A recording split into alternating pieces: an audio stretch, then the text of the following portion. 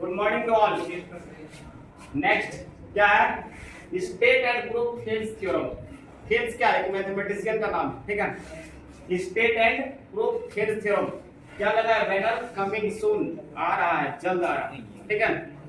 Important है, इतना important है कि इस बार बोर्ड एग्जाम में पूछ देगा। समझ में आ गया? कुछ हो या ना हो, इसको करके जाना, ये आने वाला है। क्लियर है? वारंटी मत समझो, गारंटी है। सही है। अब यहां से देखो, state and proof Thales theorem, इसी का दूसरा नाम क्या है? State and proof basic proportional theorem, जिसको हम लोग बीपीटी बोलते हैं, ठीक है। अब इसको तीसरे स्टाइल में पूछ सकता है क्या? If a line is drawn parallel to one side of a triangle to intersect the other two sides in distinct points, the other two sides are divided in the same ratios. Divided in the same ratio. बात को समझ रहा है? Thales theorem बोलिए या basic proportional theorem बोलिए या BPT बोलिए, ये बीपीटी का करके कभी एग्जाम में आएगा नहीं, ठीक है ना। अब तो शॉर्टकट लाइफ चला है, बात समझे। पहले कितना होता था? 60 ओवर का क्रिकेट, फिर आया 50 में, फिर कहाँ आ गया 20 में, फिर 10 में, अगला बार आएगा टॉस कर और हट जाओ ना। सेम केस यहाँ पर है कि बेसिक प्रोपोर्शनल थ्योरम को बीपीटी बोलेंगे, ठीक है। शॉर्टकट याद रखने के लिए, ठीक है। और इसी का दूसरा है, यदि स्टेट एंड प्रूफ करता तो ये आपका स्टेटमेंट पार्ट्स है। ये क्या है? ये स्टेटमेंट है। बात समझे क्या? यदि आपको क्वेश्चन में पूछता है state and proof Thales theorem, तो पहले स्टेटमेंट लिखना और स्टेटमेंट लिख करके ऐसा लिख देना, ये पूरा क्या? If a line is drawn parallel to the one side of a triangle to intersect the other two sides in a distinct points, the other two sides are divided in the same ratio. Clear है? अब ये देखिए, पहले पूछता था state and proof Thales theorem, latest model जो है ऐसे भी पूछ सकता है, ऐसे भी पूछ सकता है, और ये मैक्सिमम पूछता है। बात समझे कि नहीं? स्टेटमेंट नहीं, डायरेक्ट इसको दे देता है, ठीक है। तो सबको ध्यान में रखना, चाहे तुम जैसे जिस तरह से पूछो हम तैयार हैं। क्लियर है? अब यहां से देखिए क्या बोलता है। इफ ये लाइन बोलता है एक ट्रायंगल है, यहां पर देखोगे जी एक ट्रायंगल है एबीसी, ठीक है। बोलता है इफ ये line is drawn parallel to the one side of a triangle, बोलता है किसी भी ट्रायंगल का कोई भी साइड का पैरेलल एक लाइन खींच देना। कोई बोलेगा नहीं सर हम ऐसे इसके बीसी के पैरेलल खींचे, कोई बोलेगा नहीं हम इसके पैरेलल खींचेंगे, तो खींचो ना, कोई दिक्कत नहीं। कोई बोलेगा नहीं हम इसके पैरेलल खींचेंगे, खींचो ना, इधर से खींचना, इधर से खींचना, इधर से खींचना, जिधर से खींचना खींचो, कोई वन साइड का पैरेलल एक लाइन खींचना, ठीक है। आगे बोलता है triangle to intersect the other two side, जब एक साइड का पैरेलल खींचोगे तो दो साइड बच न जाएगा जी, और दो साइड जो बचेगा उसको क्या करेगा? इंटरसेक्ट करेगा। यहाँ पर केस देखना, ये ट्रायंगल एबीसी हम लोग मान लिए, ठीक है, और इसका पैरेलल एक लाइन डी लिए, तो एबी को कहां पर काटता है? बी पॉइंट पर। एसी को कहां पर काटता है? ई पॉइंट पर। दो पॉइंट को इंटरसेक्ट कर रहा है, दो डिस्टिंक्ट पॉइंट का। तब आगे बोलता है two sides are in the distinct points, the other two sides are divided in the same ratio. तो बोलता है इसका जो अदर टू साइड जो है उसको समान रेशियो में डिवाइड करता है, समान अनुपात में बांटता है। मतलब क्या बोल रहा कि AD बाय DB होगा is equal to AE by EC होगा। समझ में आ गया? समान रेशियो में बांटना मतलब AD बाय DB और AE बाय EC, ये आपको प्रूव करना। जब भी थेल्स थ्योरम पूछता है तो चार पार्ट होता है, चार अंग होता है। पहला गिवन पार्ट्स होगा।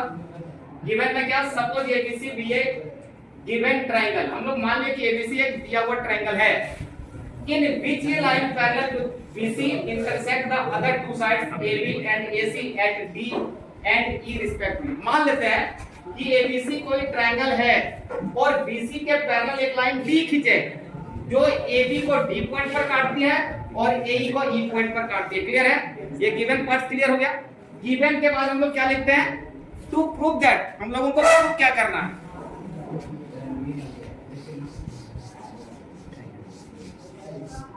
गिवन के बाद क्या करना है हम लोगों को? To prove that. अब यहां से देखिए दूसरा पार्ट इसका लिखेंगे to prove that. To prove that हम लोगों को क्या प्रूव करना है? बोलता है other two sides are divided in the same ratio. आपको क्या प्रूव करना है कि ये दोनों साइड जो है वो समान रेशियो में डिवाइड करता है, यानी AB बाय होगा AD बाय DB जो होगा वो किसके इक्वल होगा AE by EC, AE by EC। Clear समझ में आ गया? हेल्स थ्योरम क्या कहता है एक बार फिर से, कोई भी ट्राइंगल का किसी एक साइड का पैरेलल कोई लाइन खींचोगे तो अदर दो साइड्स जो होगा वो दो पॉइंट पर इंटरसेक्ट करेगी, तब आपको प्रूव करना कि वो अदर टू साइड्स को सेम रेशियो में डिवाइड करेगी, यानी AD by DB equal to AE by EC। Clear हो गया? अब यहां से तीसरा पार्ट क्या लिखना, कंस्ट्रक्शन मतलब रचना, कुछ खेल कर रहे हैं अपने मन से। ज्योमेट्री क्या होता है कि समझते समझते लगेगा लिख देंगे और फिर भूल जाए, ऐसा ही होता, लगता है कि सर समझाए सब समझ में आ गया, लिखने का जब टाइम आएगा पता नहीं भगवान जाने क्या लिखा था पगलवा मास्टर, नहीं समझ में आया। अब यहां से देखिए ये क्या हो जाएगा, कंस्ट्रक्शन, शॉर्ट में लिखते हैं कंस्ट्रक्शन रचना। क्या करने जा रहे हैं जी हम लोग, देखो D को C से मिला दिए, B को E से मिला दिए, और DN जो है वो परपेंडिकुलर कर दी किसमें, AC पर, और EM जो है वो परपेंडिकुलर कर दी किसमें, AB पर। बात समझ पाए कि नहीं? क्या लिखेंगे, ज्वाइन क्या B एंड E, पहला केस देखो B और E को अपने मन से मिलाए हैं, दूसरा केस क्या है, also C and D, C और D को मिला दिया, B और E को मिला दिया, क्लियर है?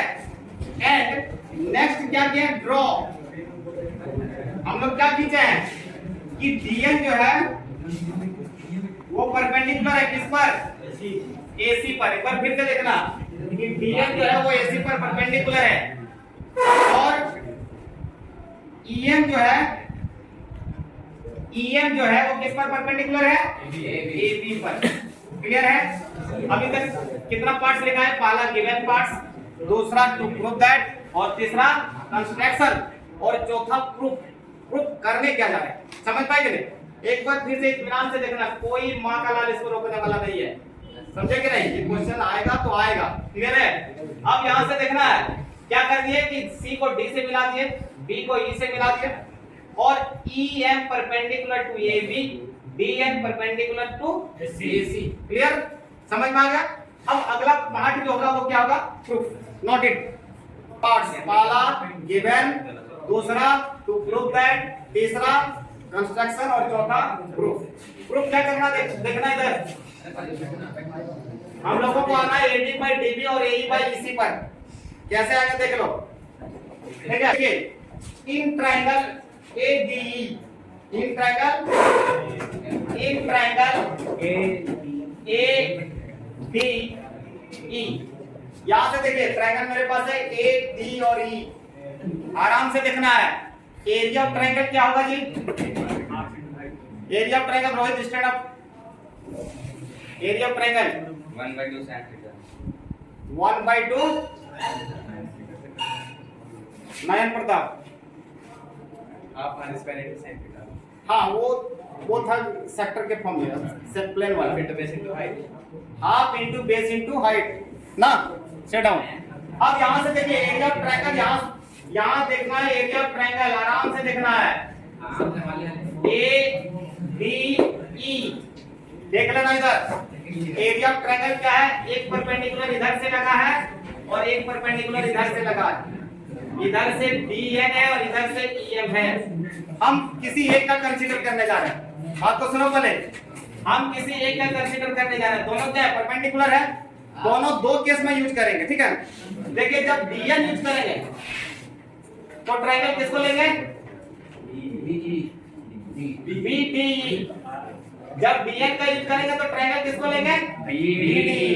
अभी हम लोग एरिया ऑफ ट्रायंगल ADE पर आते हैं, क्या होता है, 1/2 एरिया ऑफ ट्रायंगल ADE क्या हो जाएगा, 1/2 base into height, base into height. Clear है?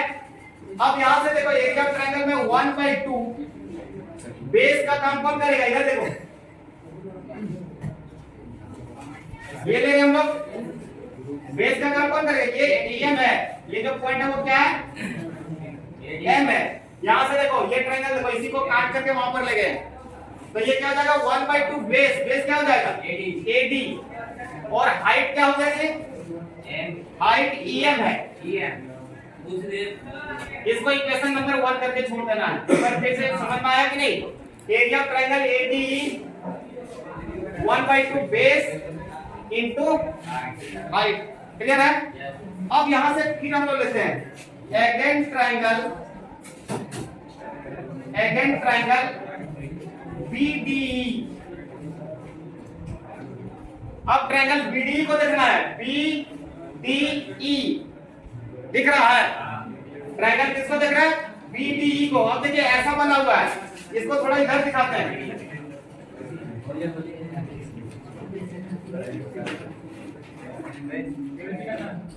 BDE और यहाँ N परपेंडिकुलर। इधर देखो, इधर ट्रायंगल BDE, ठीक है? और ये पूरे काट करके यहाँ देखो, ये पूरा काट करके हम लोग यहाँ पर रख दिए। कैसे काटे हैं देखो, ये जो इधर था ना, इसको ऐसे पलट दिए, तो जैसे पलटोगे तो ये ऐसा ना हो जाएगा जी। मीडियम समझ पाए कि नहीं? अब इसका हाइट का काम कौन करेगा? ये हाइट का काम करेगा, और ये काम किसका करेगा? बेस का। अब आपसे पूछे एरिया ऑफ ट्रायंगल BDE, पूरा घंटी पढ़ा दीजिए। आपका घंटी कहाँ है? ये 5 मिनट। चलेगा, देखें एरिया ऑफ ट्रायंगल BDE क्या हो जाएगा? 1/2 बेस इनटू हाइट, यानी ये हो जाएगा कितना? 1/2 BD इनटू हाइट। हाइट कितना हो गया? em। इसको इक्वेशन नंबर 2 पर रखते हैं। नॉट ट्रायंगल ADE समझ में आ गया? एरिया ऑफ ट्रायंगल BDE समझ में आ गया? अब देखिए इक्वेशन 1 को इक्वेशन 2 से डिवाइड कर देना। क्या लिखेगा? डिवाइडिंग 1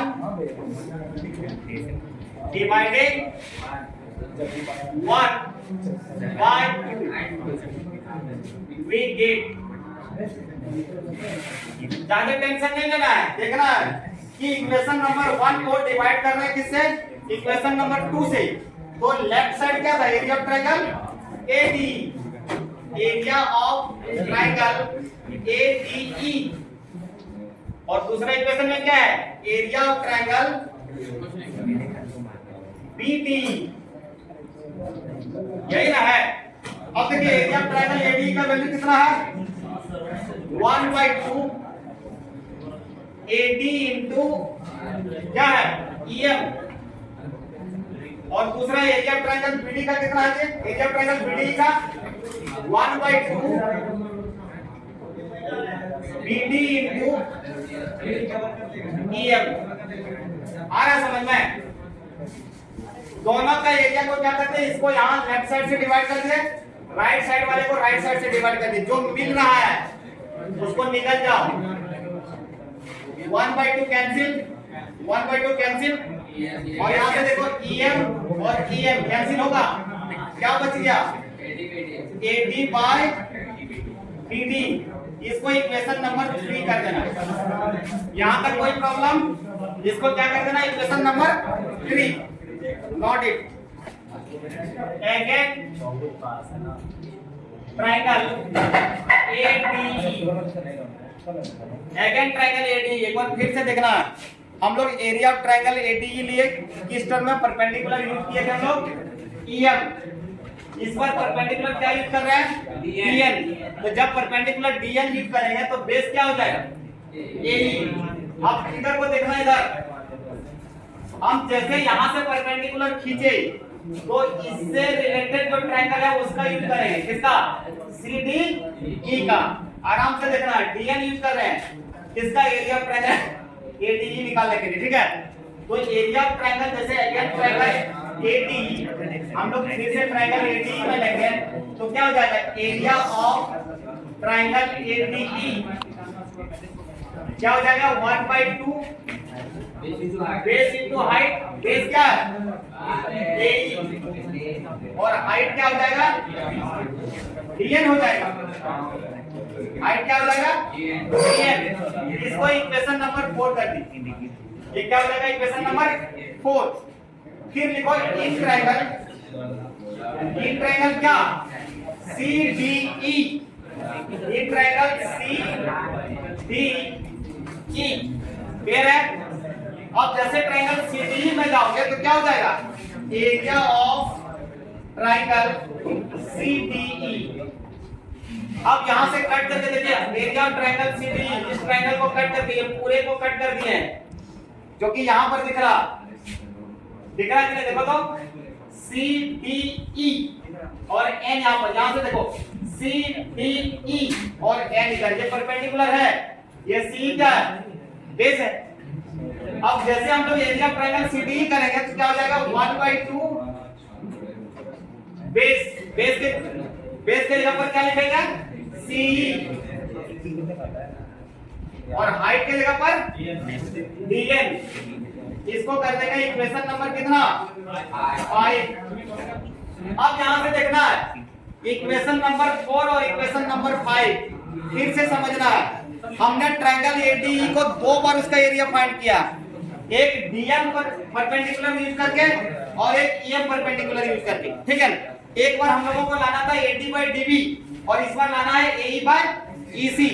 तो ये दोनों ट्रायंगल का एरिया हम लोग फाइंड कर लिए, ठीक है। अब क्या लिखेंगे डिवाइडिंग 4/5, यानी इक्वेशन नंबर 4 को डिवाइड करने जा रहे हैं किससे इक्वेशन नंबर 5 से। तो इक्वेशन नंबर 4 का लेफ्ट में क्या है area of triangle ADE by area of triangle CDE। Area of triangle ADE clear देखना है क्या हो जाएगा, अभी तुरंत गरम निकाले हैं ना, क्या हो जाएगा 1/2 या AE into DN और एरिया ऑफ ट्रायंगल CDE निकाला है 1/2 CE into DN। क्लियर है, जो जाने वाला है उसको भेज दो, DN कैंसिल, क्या रिजल्ट आया जी AE/CE। इसको इक्वेशन नंबर 6 कर देंगे। अब यहां से समझना है पहला जो केस था इक्वेशन नंबर 3 यहां पर लिखा था। इक्वेशन नंबर 3 को हमने क्या लिखा था area of triangle ADE by area of triangle BDE, यही ना था जी BDC। यहां पर E नहीं C होगा। कौन सा ट्रायंगल को लिए थे BD, इधर से लिए था ना इक्वेशन नंबर 3 देखना है। एरिया ऑफ ट्रायंगल हम लोग यूज किए थे EF ना, ये लिए थे BDE, ठीक है। एरिया ऑफ ट्रायंगल BDE कितना निकला था, ये निकला था AD/DB, यही ना निकला था AD/DB। देखिए ये triangle ADE by area of triangle BDE। AD equation number 3 क्या था area of triangle ADE by area of triangle BDE equal to AD/DD। इसको इक्वेशन नंबर 3। और ये इक्वेशन नंबर 6 में क्या है area of triangle ADE by area of triangle CDE equal to AE/CE। इसको equation number 6 बोलेंगे। इधर देखना है, ये देखो ये ट्रायंगल इक्वल टू ये ट्रायंगल है, ये दोनों पार्ट तो इक्वल है, ट्रायंगल ADE भी है ट्रायंगल ADE भी है, लेकिन ये दोनों मिल रहा है ट्रायंगल CDE और ट्रायंगल BDE। यहां से देखिए ट्रायंगल BDE और ट्रायंगल CDE, ट्रायंगल CDE और ट्रायंगल BDE दोनों सेम बेस D पर है, तो लिखेगा triangle BDE and triangle CDE on the same base on the same base। एक बार फिर से देखना है, ट्राइंगल BD और ट्राइंगल CD दोनों का बेस क्या है? Same base D and same parallel